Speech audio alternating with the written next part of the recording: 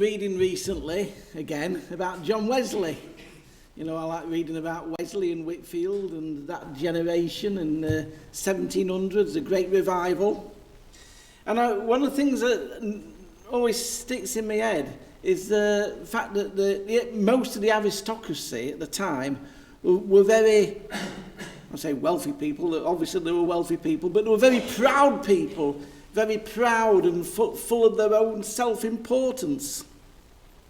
They used to spend their time going from to parties, to balls, and had no care for the poor or anything. But they loved living the high life.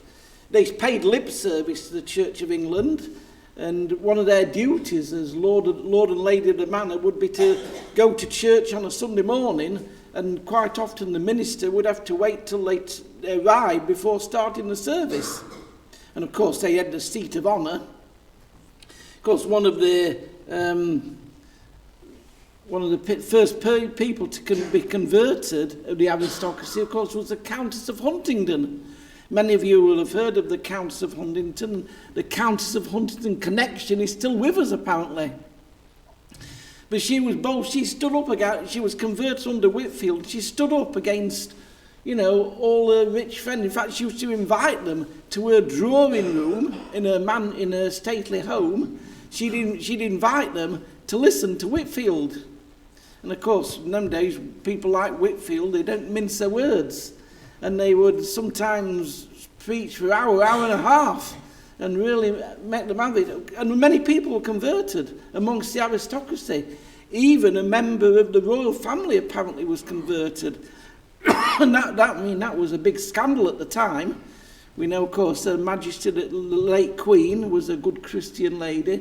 But in those days, for a member of the aristocracy to be converted was quite a thing. Of course, not everybody liked it.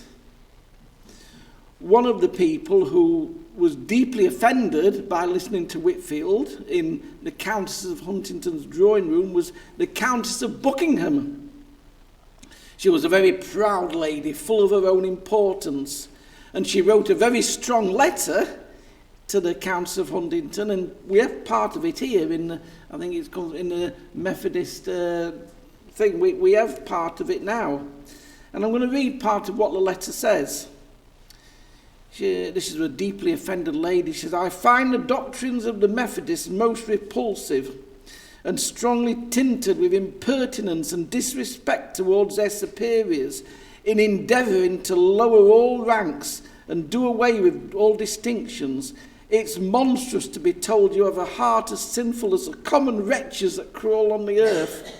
This is highly offensive and insulting, and I cannot wonder your ladyship should relish any sentiment so much at variance with high rank and good breeding."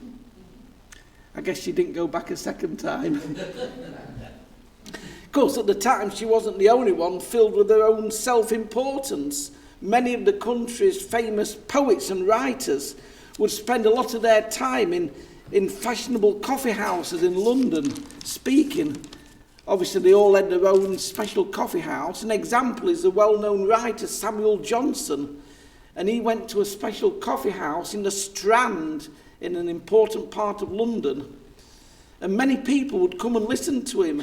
And he would speak about his own greatness and read excerpts from his work. And people would hang on to every word. And he would lap up their applause. The time of Jesus, many Pharisees and Sadducees, they were filled with their own importance as well, especially those in Jerusalem. The Pharisees, Jesus told them on one occasion, you love being greeted in the marketplace and being given the seat of honour at the feast. And the parable of the rich man and Lazarus was most probably directed at the Pharisees. Now the Sadducees, of course, they were an aristocratic group that didn't believe in the afterlife. They believed that God gave them riches in the here and now. They only believed, you see, in the first 5 books of the Old Testament. And they believed that there was nothing about the eternal life in there. Of course, Jesus showed them on more than one occasion they were wrong. But they believed that God gave them good things in this lifetime. And of course that suited their aristocratic lifestyle. And all they saw when they saw the poor, they just saw poor sinners. But when Jesus came, it wasn't to exalt him or extol himself, to exalt himself, it was to humble himself. He came to give his life on the cross for all who are willing to accept his free gift and follow him. That's not for everybody, but all who are willing to accept that free gift. Now, the Roman crucifixion was the most horrible, cruel, humiliating death I think that the Romans had devised, and the Romans devised some pretty nasty things. But it was the means that Jesus chose to bring us back to God. In the temple, the old sacrificial system, animals without blemish, without fault, were sacrificed over and over again for the forgiveness of sins. But the sacrifice of animals was never enough. It was never enough. They always had to do it again and again. But when Jesus went to the cross, it was once and for all time. On the cross, he said, "It is finished." And at that time, the curtain in the temple, which represented the barrier between man and God, once a year, nobody went in there, but once a year, a chosen priest would go in there to burn incense. But it was torn in two from top to bottom. No, not needed anymore, because it is finished. And Jesus went voluntarily to his fate on that day in Passover. He went to be our Passover lamb. And we see in our first passage, just before it starts, just before he goes to Jerusalem that last time, having a meal with friends. How often do we see our Lord eating with people and teaching them as he eats? And we see him there reclining at the table, and Lazarus is there. The man that Jesus has raised from the dead. And while they're there, Mary, the sister of Martha, takes 1/2 litre of pure nard, now that's expensive perfume, and she pours it all over Jesus' feet and wipes them with her hair. Now this was an act of devotion and love. She was giving Jesus the most expensive thing she had, something that probably couldn't be replaced. And to wipe his feet with her hair, well, her hair would probably never be the same again. There was no going to the hairdressers in those days. You ladies get beautiful hair when you go to the hairdressers, do you? Just a thought, whether you do or not. But of course then, if a lady wanted beautiful hair, it would be a lifetime's work of grooming. And chances are her hair was ruined, wiping someone's feet with it. And he said the smell of perfume filled the house. But Judas Iscariot was unhappy.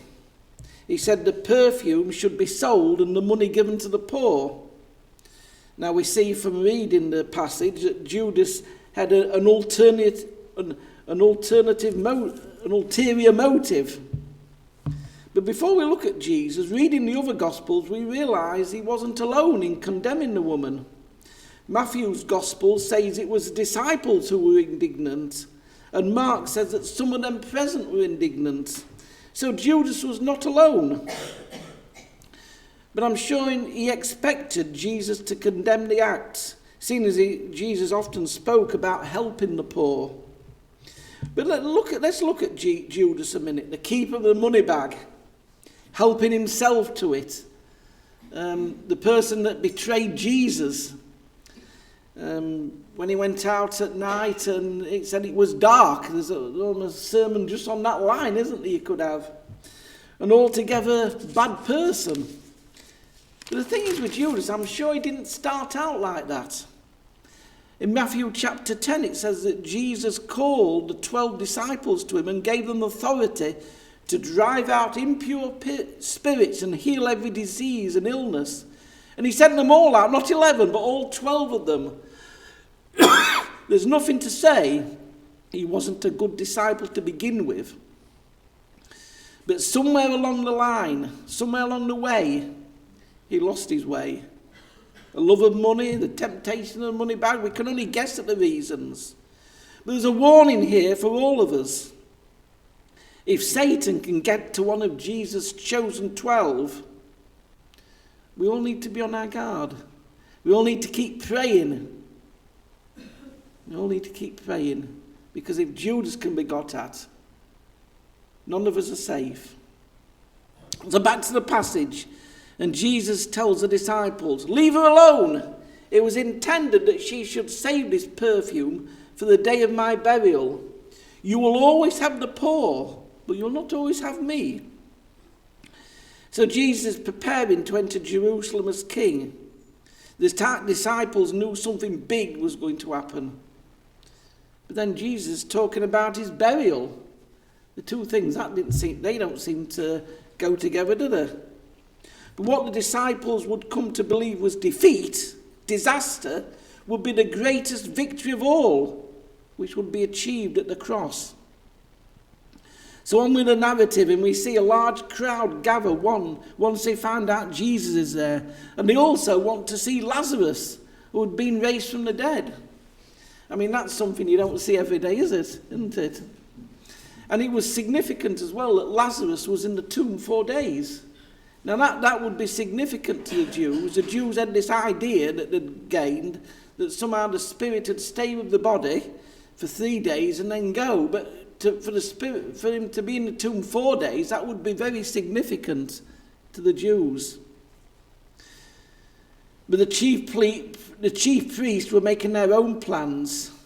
Not only were they planning to have Jesus killed, but now Lazarus was going to get killed as well. Now the chief priests, of course, were mainly Sadducees. And I say, you remember what I said, what they believed, that there is no afterlife. And their position, a position of power, relied on that. And Lazarus was proof that death is not the end, not in God's kingdom. So the next day, the day we call Palm Sunday, it says a great crowd had come for the festival. Now we don't know the number, but some years later, the Jewish historian Josephus estimated that 2.7 million pilgrims came to the Passover each year. Now how we come to that number, I don't know, but we know 2.7 million. That's a pretty staggering amount, not counting the people that's already in Jerusalem living there. And many of them, knowing that Jesus was on his way, took palm branches and went out to meet him, shouting, Hosanna! Blessed is he who comes in the name of the Lord. Blessed is the King of Israel. Now, many Jews had a different idea of who the Messiah would be. They expected somebody like King David. If you remember in the Old Testament, King David kept giving those Philistines a good thrashing, and they always kept coming back for more, didn't they? But he was a good military leader, and many people expected this is what the Messiah would do, that he'd do the same to the Romans, get rid of these terrible Romans once and for all. It's the same idea of a king that I used to have with Alexander the Great and King Richard, the idea of somebody on a big horse and a chariot. But Jesus came on a donkey, the humblest and lowest animal he could ride. But he did come to do battle, and it was the greatest enemy of all time that had to be defeated, and that was sin. And we see that Old Testament prophecy from Zechariah chapter 9. See, your king comes to you righteous and victorious, lowly and riding on a donkey, on a colt, the foal of a donkey. Now this is a prophecy about the coming Messiah, how he will take away the chariots and break the battle bows, and he will proclaim peace to the nations. Now the disciples didn't understand about this until after the resurrection, when he opened their minds to the scriptures. But they were not the only ones. They were not the only ones who didn't understand. The Sadducees, the Pharisees, they spent their time studying the scriptures. It seems they didn't see it, or perhaps it's a fact they didn't want to see it. And it's a reminder to us, just because a person is educated, and there's nothing wrong in being educated, first of all, just because a person is educated, maybe lots of letters after their name, doesn't mean they understand the truth of the gospel. Look at Richard Dawkins and his atheists with all their so-called learning. I remember being at school, and I know I've told you this before, but you're going to get it again. My science teacher, he used to say, I used to be in this class with Ian Ogley, for those that know Ian Ogley, and I wasn't very good at science, and I used to copy his answers. But I've got a feeling he wasn't very good, because neither of us got a very good mark. I just thought he was good. But our science teacher used to say that science is the answer for everything, and even if it doesn't, it will one day. And all we are is educated monkeys, he used to say, going on this piece of rock, circling this random star. And all we can do in life is do the best we can, enjoy life while we have it. And to my young mind then, it seemed a reasonable thing to say, because he was an educated man, he was a teacher. And then we have those cleverly worded documentaries that seem to turn up on TV on Channel 4 or something at Easter time about what they call the real story of the resurrection. Don't be fooled by them. Look instead to the God of the Bible. Only when we look to him can we find the truth. So what do we say as we come to a conclusion? It seems the great and the good over the ages extol themselves, they show their importance. Whether it's mighty warriors like Alexander the Great with his big horse and with his chariots, his mighty army, or leaders today like Putin, trying to flex their military might, and Putin's not the only one. Or in the past, important people like the Duchess of Buckingham, deeply offended by listening to Whitfield. And great writers like Samuel Johnson telling people in his coffee house at the Strand how good he is. And people hanging on to every word. And today, our celebrity culture, those self-important people on Facebook and people following them. Some of these people have got thousands of followers on Facebook, and they hang on to every word these celebrities say. They're idolised by many. I remember some years ago, the pop group One Direction broke up. I mean, I don't know if they ever reformed, but they broke up for a while. I'd say I don't know if it was permanent. And there was great sadness amongst many teenagers.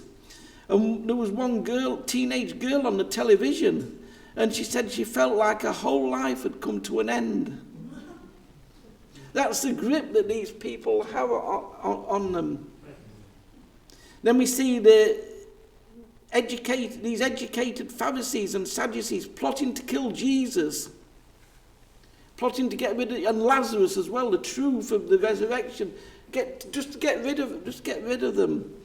And today, those educated atheists, they're not plotting violence, but they're trying to with their education, with their sort of thing on the BBC, they're always on the BBC, aren't they, on the BBC programmes, trying to kill off the Christian faith. They say, listen to us, they say, we will guide you into the light. But in life, we have a choice to make. We have a choice to make. And I choose to follow Jesus, who came humbly on a donkey into Jerusalem, where he gave his life for me. That's the path I choose. And I hope, my friends, you choose it too. Amen.